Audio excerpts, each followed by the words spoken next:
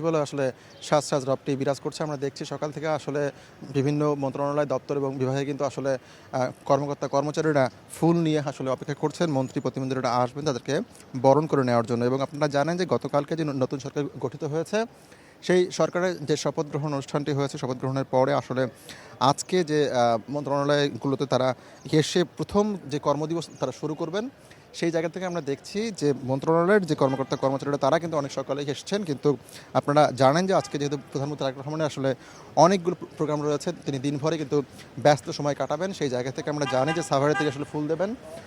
ফুল দেওয়ার পর সেখান থেকে তিনি আসলে যাবেন জিয়ার মাজারে এবং সেখানে মা এবং বাবার যে কবর রয়েছে সেখানে তিনি শ্রদ্ধা নিবেদন করবেন এবং সেখান থেকে তিনি আসলে 12:30টার দিকে রওনা দিয়ে সচিবালয়ে পৌঁছতে হয়তো দুপুর পেরিয়ে যাবে বা দুপুরের দিকে আসবেন।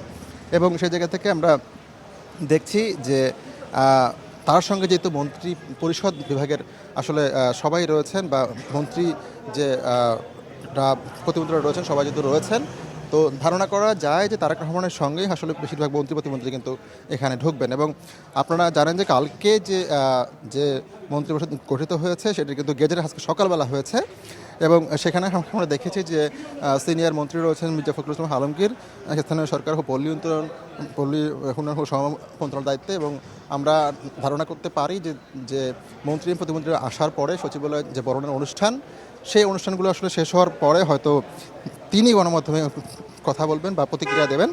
আমরা সেই জন্য আসলে অপেক্ষা করছি এবং আমরা দেখছি যে এখনও কিন্তু সকাল থেকে গণমাধ্যম কর্মীরা এখানে রয়েছেন। এবং আপনারা জানেন যে কালকে যে ক্যাবিনেট গঠিত হয়েছে, সেই গঠিত হওয়ার পরে কিন্তু ক্যাবিনেট ডিভিশন থেকে আসলে সকল সচিবদেরকে নির্দেশনা দেওয়া হয়েছে যেহেতু আজকে দুপুর 3টার সময় একটি বৈঠক রয়েছে পিএমের সঙ্গে এবং সেই বৈঠকে মূলত নিজ নিজ দপ্তরের এবং মন্ত্রণালয়ের যে কর্মকাণ্ড রয়েছে সবশেষ যে অবস্থা, সবচেয়ে যে আপডেট সেটি কিন্তু প্রধানমন্ত্রী তারা অবহিত করবেন। এবং সেই জায়গা থেকে আমরা জানি যে আজকে দুপুর 3টায় সেটি শুরু হচ্ছে।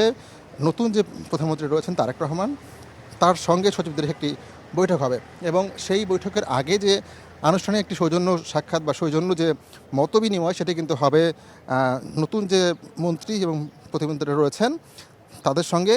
এবং সেখানে মূলত প্রধানমন্ত্রী আসলে সামনের যে দিনগুলো কীভাবে এই সরকার অতিবাহিত করবে সেই নির্দেশনাগুলো কিন্তু তিনি দেবেন।